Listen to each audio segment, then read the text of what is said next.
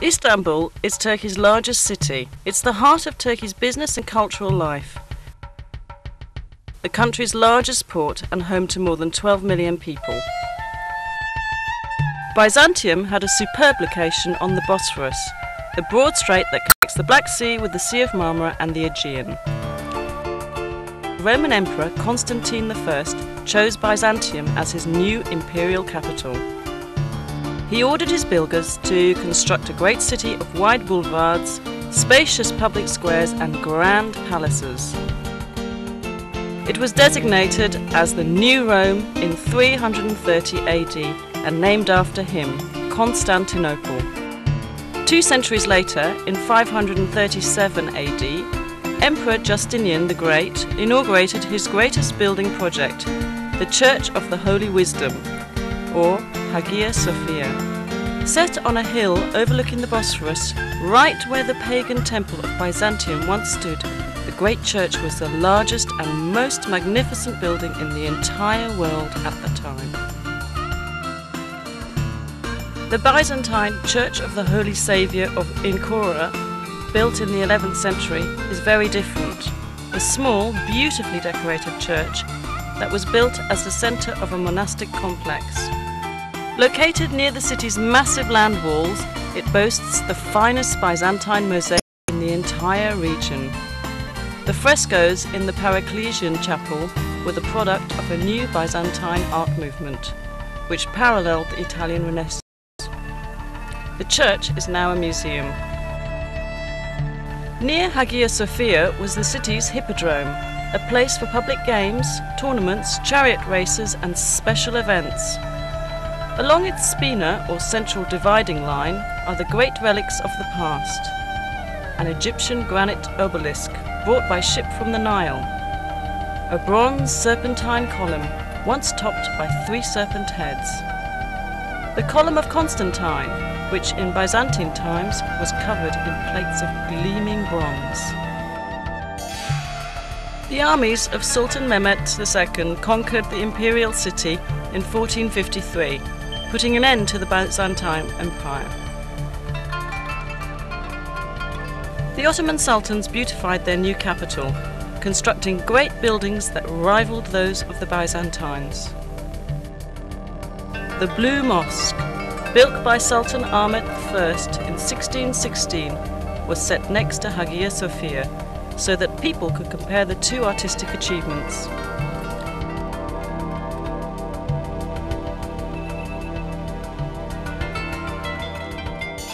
The Sultan endowed his great imperial mosque with many other buildings to serve people. Fountains, a health clinic, a soup kitchen for the poor, a Turkish bath, a theological seminary, living quarters, shops and storehouses. Topkapi Palace, known as the Seraglio to Europeans, was the home of the imperial family and the centre of the empire's government. Constructed between 1465 and 1478, it was expanded and modified dozens of times over the next 4 centuries. It is a beautiful, livable place of gardens, pavilions and sumptuous royal chambers. Many of them are decorated with priceless Turkish tiles. The most popular section of Topkapi is the Imperial Harem, legendary for its luxury, romance and intrigue. Mozart wrote his famous opera, The Abduction from the Seraglio, about it, and many other artists have let their imaginations fly with visions of what went on there. Located on major trade routes, Istanbul has always been an important commercial city. The Grand Bazaar, with its 4,000 shops, is among the world's most fascinating markets. It's truly a small city in itself.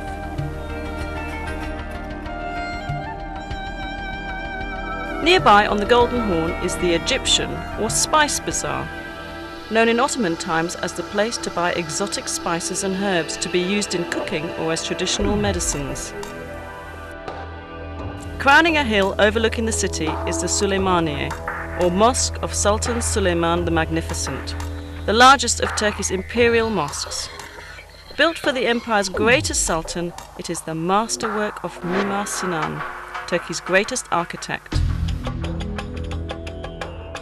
The region around Istanbul is filled with fascinating places to visit on day trips.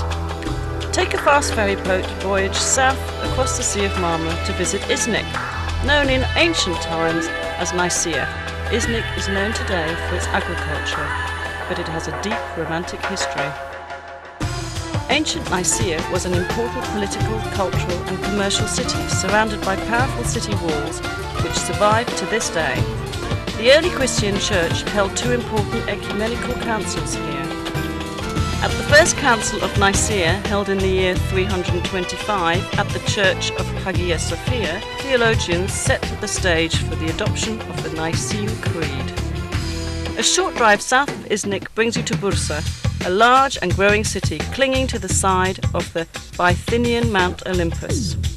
Bursa was already ancient when, in 1326, the Ottoman Sultans chose it as the first capital of their rapidly expanding empire. They beautified their new capital with fine public buildings, including the Ulu Cami, or Great Mosque. Dating from 1396, it is the oldest Ottoman mosque still standing. A quarter century later, the Green Mosque was built. Its style is different from that of the Arab-influenced Ulu Cami. The Green Mosque and neighbouring buildings, a royal tomb, a theological seminary and a soup kitchen for the poor, give us a glimpse of what Ottoman architecture would achieve during the coming centuries. Since ancient times, Bursa has been at the centre of Anatolia's silk trade. Much of the trading takes place in the historic Kozahan. The ultrafine silk thread is dyed and woven into brightly coloured Bursa scarves, shawls, blouses and other garments. Perhaps the most beautiful products of all are the fine Turkish carpets woven of pure silk or a blend of silk and wool. West of Bursa's city centre is the suburb of Çekirge, famous for its hot mineral springs. The Romans enjoyed these baths, as did the Ottomans, who restored and improved the facilities. And in a few hours you'll arrive at the Dardanelles, the historic strait which connects the Aegean and Mediterranean seas with the Black and Marmara seas. During World War I, Winston Churchill sent a huge Allied fleet to force its way through the Dardanelles in order to capture Istanbul and reopen the sea lanes to Russia. Stout Turkish resistance halted the fleet and the invading army, but the cost in casualties was horrendous for both sides. The Allies suffered more than 250,000 casualties and the Ottomans an equal number. Overlooking the southern mouth of the Dardanelles stands ancient Troy. There has been a settlement here since the Bronze Age.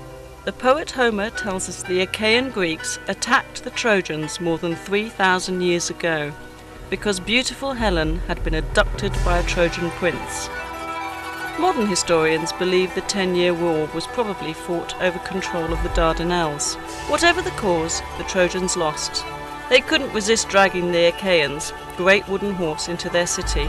At night, the Achaean soldiers hidden inside the horse crawled out and opened the city gates to the invaders. Troy was sacked and burned.